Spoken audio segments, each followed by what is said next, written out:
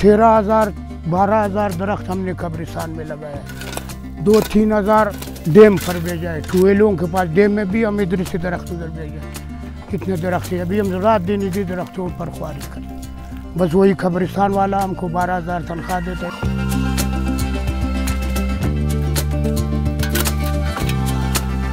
हमारा नाम है खान अली पोठली। दरख्तों का शौक़ हम जो था जेल से किया। जेल में भी हम मछ जेल में भी बहुत दरख्तें लगाया, फूले लगाया, ग्राउंड बनाया, रोडों को बनाया। मछ जेल में नहीं, मछ जेल में हम बहुत खिदमत की है, मसला बहुत बनाया, हम बहुत ख्वारिश किए। फिर हमको जेल से शौक़ हो गया। बिसार तरफ कब्रिस्तान में दरख्त कोई अपना मर्जी से किया, अपना शौक़ से किया है ना। 9 साल हमको फिर जंगलात वाला तनख्वाह भी दिए, तनख्वाह दिए 9 साल बाद। 9 साल बाद ये लोग शाट। अभी 3 आदमी से हमें सारा दरख्तों को संभालते हैं, सफाई भी करते हैं, रंग भी करते हैं, छूना भी करते हैं। आज भी हमने 5-6 दरख्त लगाया है ना। मौसम भी सर्दी, दरख्त लगाया। कौन से दरख्त लगाए? 24 बैत।